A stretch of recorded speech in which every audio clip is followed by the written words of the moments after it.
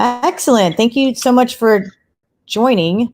And yeah, you're early, and it's 10 o'clock here. So what time is it there? Is it is it 6 or 7? 7:03 right now. Gotcha. I always get confused about the time change. Anyway, I'm going to just kind of introduce. My name is Radlin Mendoza. We have Dominique Sampson. We also have Cesar Chamorro from the West Coast. And we're discussing specifically the field office directors in Norfolk, their process. Well, actually, didn't talk about processing time, just an update we had.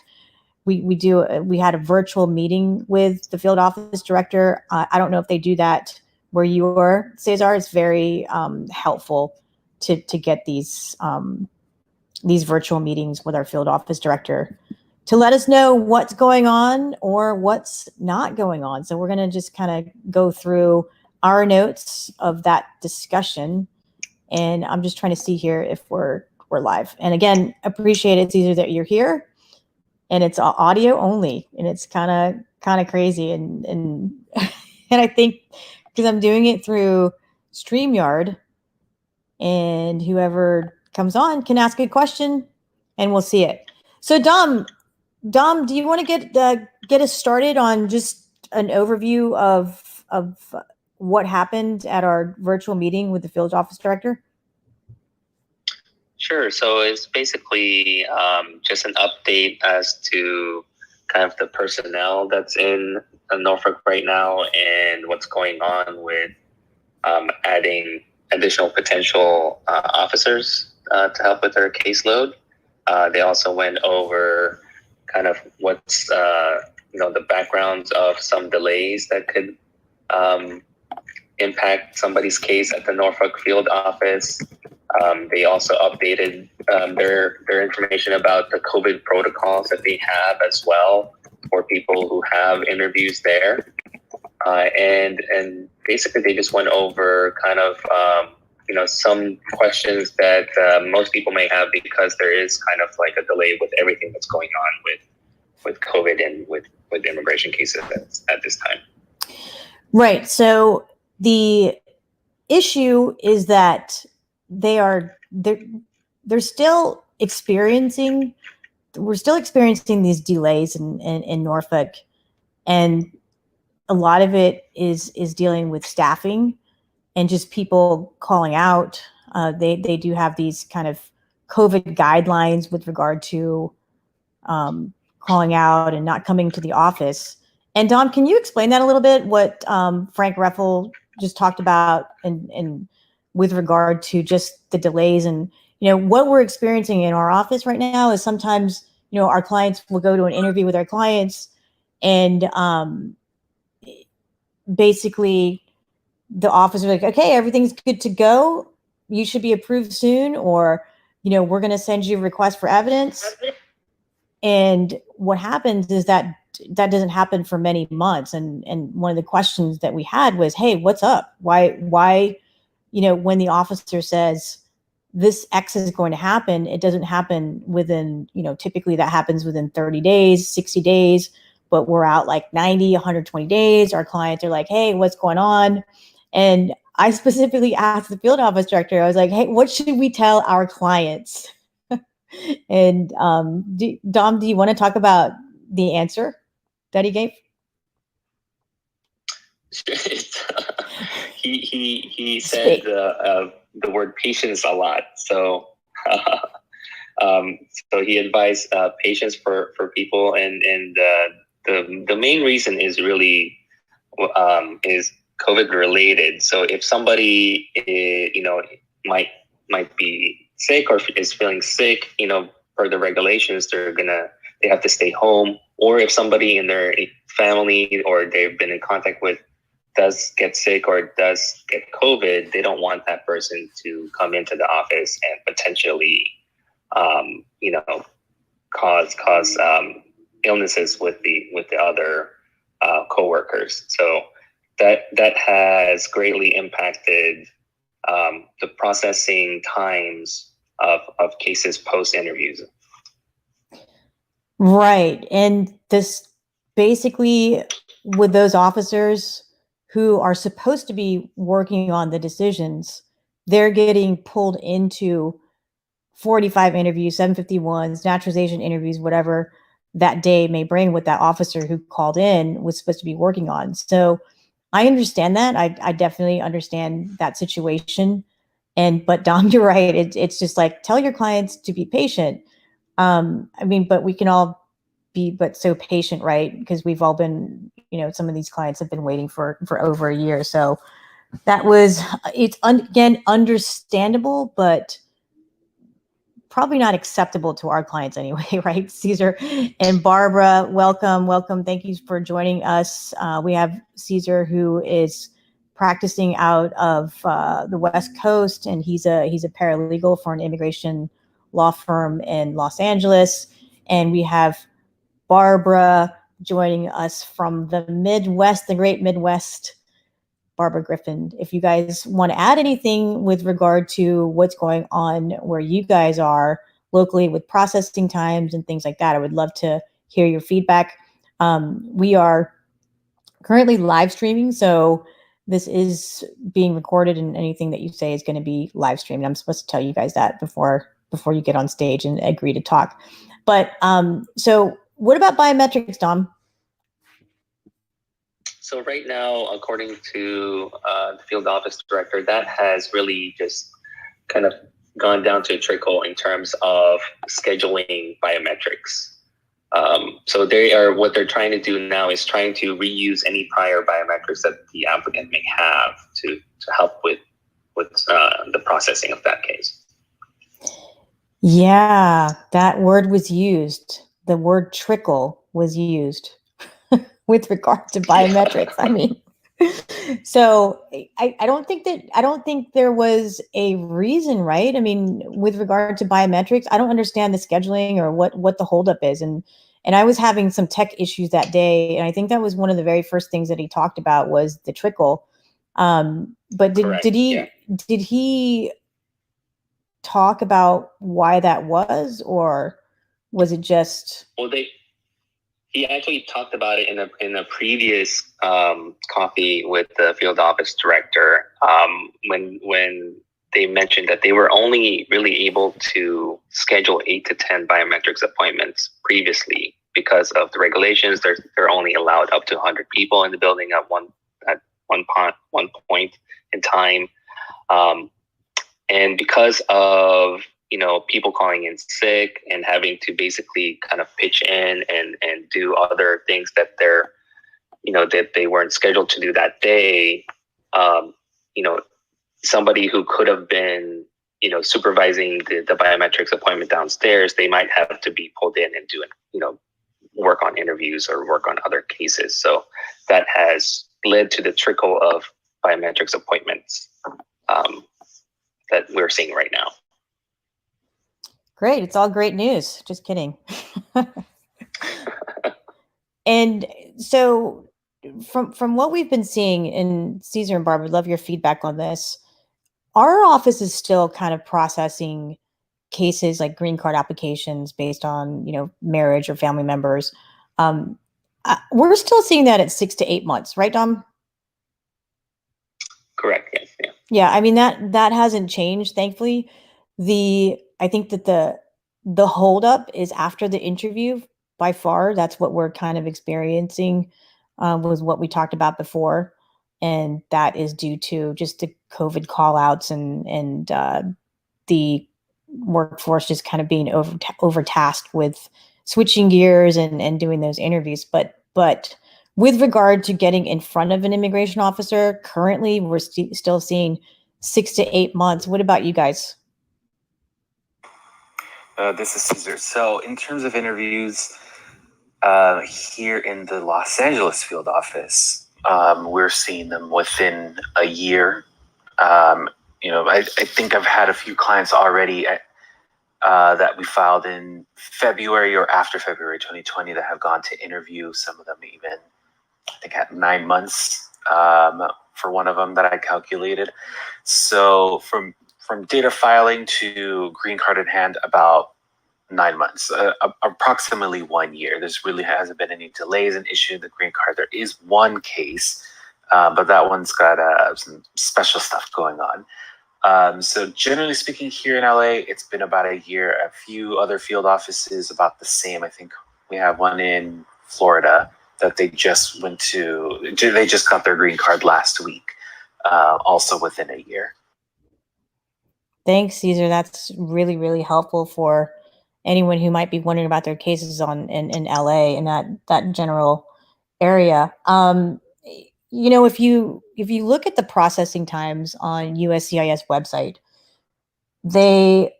our Norfolk field office is showing green card applications taking 12 to 29 months. And when people see that, they definitely freak out a little bit. But that's not really necessarily the actual time that it's going to take. And we're not seeing that. Those are just average time periods, and it's taking into account the shortest period of time and the very longest period of time to process a case.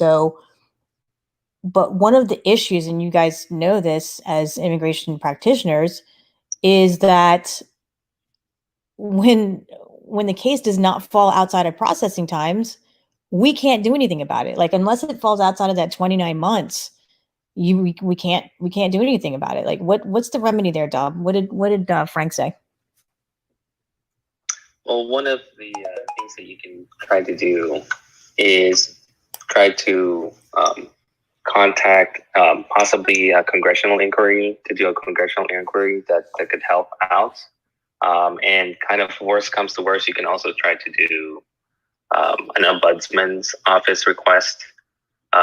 So those also help out. But really, congressional inquiry is probably one of the best ways to try to get some type of update on the status of your case as to what's happening. But guys, can we do a congressional inquiry? I mean, is it going to do anything if it's within the processing times? What are we seeing on that? Anyone have any insight on that? Hi, can you guys hear me? Yeah, we can. Hi, I have my son in the back seat, so you might hear some toys going off. Thanks, Barbara. But yeah, I always was under the impression that you couldn't do a request on any request unless it was outside those processing times, and that's really affecting a lot of my clients up here in the Cleveland field office. Yeah, it's been the same for that's my experience as well. I haven't really tried it with an AOS case, at least not in a while. But whenever I do these congressional inquiries, stuff for like a EAD, and generally speaking, the congressman's office doesn't want to touch it because it's within processing times. Yes, our hope is when we advise our clients to do that, is that it could kind of jiggle it a little bit and kind of rise to the surface. But we don't really know exactly what the remedy is. I mean, not the remedy, but the outcome. But I think it just gives our clients and us just something to do, because we can't do anything else. And I don't know if that's helpful or not. Dom, what have you been seeing with our congressional liaison requests? Well, they're actually been pretty helpful. We usually contact Senator Tim Kaine's office here in the Hampton Roads area. So they've been pretty helpful with trying to get case status updates and sometimes expedite requests, usually for cases abroad. So we've seen that happen. But yes, so if it's within the case processing times, they would usually come back and say, hey, we have to wait until it's outside processing times. But sometimes they actually kind of help with I guess, nudge immigration into actually kind of acting or doing something. Right. Again, we have this situation where people are out because of COVID, Frank mentioned hundreds of contractors were let go. So a lot of their assistants went by the wayside. And so they're just kind of really trying to work with, sounds like one hand tied behind their backs. And I mean, I really appreciated the conversation just because it's good to know. We emailed our clients and said, hey, this is what's happening. We just had the field office director meeting. And they just felt like, okay, at least we know something and the reason why. I mean, I don't know how long that's going to make our clients happy if no action is taken. But the fact of the matter is that, gosh, you can't make an inquiry outside of the processing times that it's not going to do anything. Frank kept talking about the contact center, using the contact center. Can you talk a little bit about that? Sure. He said that for info pass appointments, really the contact center or the call center, the 1-800 number is the gatekeeper to try to get an info pass appointment. And also, if for some reason the client is kind of feeling sick and is not able to attend, or they need to reschedule at the last minute, they suggested to contact the contact center as soon as possible prior to the actual interview time, so that they're aware of the situation or advised of the situation, and that the officer is aware that the applicant is unable to attend. Right. And just the situation over the past 4 years, right? I mean, all of our methods of communicating with USCIS, just a person to person, or even an email to email, attorney email to the USCIS office, the local office, that just got cut off. I mean, it got cut off, and we're not able to communicate. And the good news from the meeting was that they may be bringing that email box back, which is awesome. And Caesar, and Barbara, I don't know if you guys in your local field offices ever had an email box, which was just for attorneys to make inquiries, but we did, and we actually got stuff done there, and it was just awesome. It was just very, very productive, and that went away during Trump era. So, did you guys have that? I do know for Sacramento, they did have one. I used to work in Sacramento and dealt a lot with the Sacramento field office. They definitely had 2 emails, and we use those all the time to let them know, hey, we're not going to show up because X, Y, or Z. For LA, I'm sure they did. I just don't, I haven't really dealt with them.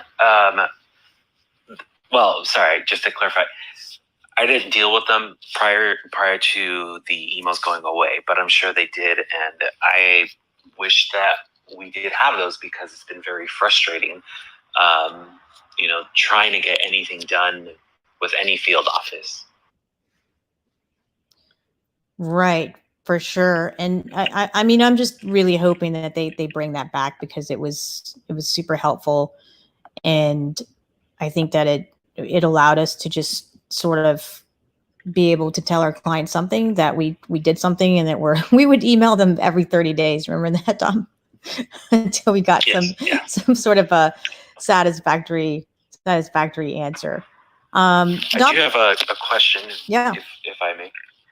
Just going back to the biometrics issue, and how they're reusing biometrics. I mean, did they say how they're making that determination, like how old the biometrics need to be before they decide not to use them? Like, what are the grounds for them to do that?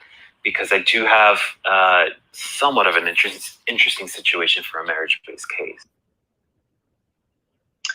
Yeah, I don't remember them going into kind of the requirements for them to reuse prior biometrics, only that, due to, scheduling, they are going to try to reuse prior biometrics as long as they're able to kind of limit the number of people entering the building. But I don't believe they went over the categories or requirements for using prior biometrics. Okay. Yeah, the situation I have, just a quick recap. It's a marriage-based case filed with the Miami. Well, it's going to be interviewed at Miami, and this is filed in December last year. It took a while to get the receipts. He really wants to travel, and obviously USCIS will not approve any sort of work permit or travel permit until biometrics is complete, or even look at expedite requests. And somehow, even trying to figure out how to get my client his permit, USCIS said that they were willing to reuse my client's biometrics that were submitted like 10, 11 years ago for an unrelated case. It was a F1 student work permit, an OPT work permit. And so there was a lot of back and forth in trying to figure out if this is really true and if and when they were going to tell my client, like, hey, yes, we're going to reuse your biometrics because he really needs to travel. But lo and behold, he goes to InfoPass in Miami, and they're like, oh, we're just going to schedule you.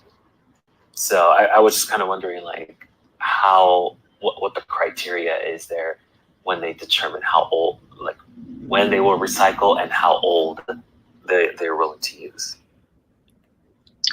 Yeah, that's super interesting information. But yeah, the field office director did not go over, criteria or how old a prior biometrics in terms of, if they can reuse those. Only that if there is a prior biometrics, they're going to try to reuse it, just because of the here in Norfolk, they're a little bit undermanned, so they're trying to reuse biometrics so that the applicant doesn't have to come in for an appointment. Got it. Thank you for that. Yeah. I don't know why they just wouldn't be able to use any biometrics. I mean, it doesn't change, right? We just run it through. Be done with it. Yeah, I agree. 11, 20, 30 years. Who cares? Run the biometrics. That's the way I see it. And maybe that's what they're doing. I just don't know. But that's something I never thought about. Like, what are the parameters? Do they have to be old or, I mean, not old, but do they have to be fairly recent or within the past 5 years? But why?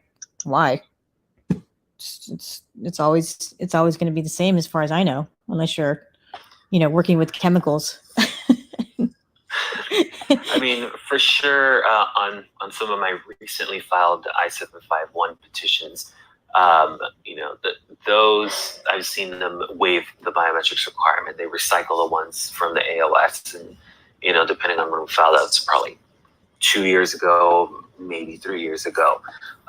So I at least know within 3 years they'll do it. At least for the I-751s. But this one was kind of an interesting situation, especially since, unless things were different 11 years ago, OPT work permits don't usually require biometrics. They don't even pay a fee for those. So it was just kind of surprising to me. Yeah, surprising that they would say we're going to try to reuse those. Yes, surprising to me that they said that they would try to reuse 10-year-old biometrics, especially for, well, maybe in his case it was required 11 years ago, but normally it's not required for an OPT work permit. So it just overall, it was an interesting situation. Right. Yeah. So another thing that's a little, just kind of coming off of the biometrics. Another thing that they were talking about is just how many people are allowed in the interview rooms, and was it max 3, Dom? Max 3 or 4? Yes, so it's max 3 people. So it's the applicants plus one attorney, and then possibly another person if there's an interpreter that's needed. But if it's like, say, a marriage adjustment, then it's the couple plus the attorney. It doesn't count the officer. So really 3 to 4. Yeah. Gotcha. And then an interesting thing was that, Frank said, if there's an interpreter, if your clients are bringing an interpreter, right? So there's you, the attorney, there's the couple, there's an interpreter, then there's the officer. They want the interpreter to be there in person, and they want the attorney to appear telephonically. Did I understand that correctly?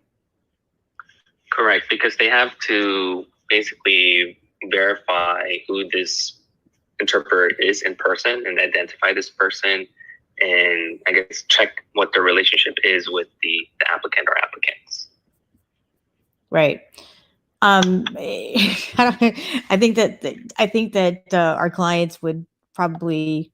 I mean, that makes it. It makes sense because it's just with regard to the communication, the language, with the interpreter being there, it's tough to do it on the phone. But I don't know if that were the choice. I think probably the clients would be like, we paid you guys a lot of money to be here, right? We want you to be sitting next to us and not on the telephone. And that's another thing with regard to the appearing telephonically. They're not going to allow attorneys to appear via WebEx. They want them to appear telephonically if they're, but not through WebEx. And we did have a situation, Dom, I don't remember if you know, one of our other attorneys, she said that they were interviewed, their client was interviewed by WebEx in the building. And it was a naturalization interview. I think they were just kind of testing it out, which I thought was kind of interesting. Do you remember Sarah talking about Correct. that? So she, Sarah and the client were in another office within the building, and the interview was done through the web camera, and the officer was able to, I guess, print documents, and then the client would then get the printout and then had to place it in a certain container, for their applications. So that was very interesting. Yeah, that just sounds wild and crazy, but I think it may be the wave of the future. Just they're testing some of these other methods of interviewing out. I mean, this is not a bad idea to interview via WebEx. I think it's totally fine. The same, I think everyone has discovered over the past year that we may not prefer video chat, Zoom meetings or whatever, but they are effective and they do work, So I kind of welcome the idea that USCIS office is trying out these different ways to conduct interviews. And, we had a client who she's a cancer survivor and still taking medication. And she was, she really didn't want to appear for her naturalization interview. She did, but she was very nervous about it. And she asked, are there any other ways? Is there any other way to get interviewed? But then hopefully in the future, there will be different types of ways to interview people. I don't see any questions coming up on our live. Anything else, Dom, that we haven't talked about that we want to mention before we sign off here? I've got immigration legislation updates in Virginia. Next. Really, I think we touched on the majority, and really, from what I could tell, the main topic of the meeting was going over what's happening in the Norfolk field office and reasons for why there's delays in case processing, from what I can tell. Yeah, and we may not like the message, but again, I really, really appreciated the virtual meeting, and our field office director he did that in person before COVID shut down. So it's nice to know. I mean, it's good for us to be able to tell our clients something and that we heard it right from the source.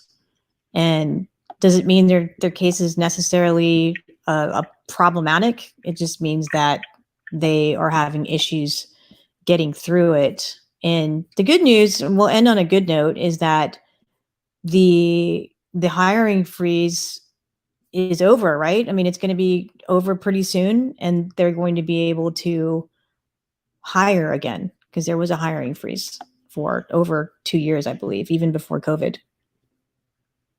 Correct. That is good news that Frank said they'll be able to hire more officers within the next 2 or 3 months. So hopefully they can speed up the officers training along so that there's less and less delays in the process. Awesome. Well, guys, Caesar, Barbara, Dom, Cherish in the audience. She has a new party hat, so she's a new user to Clubhouse. Welcome, welcome. Really appreciate you guys coming and listening, and for those who tuned in through our live stream as well.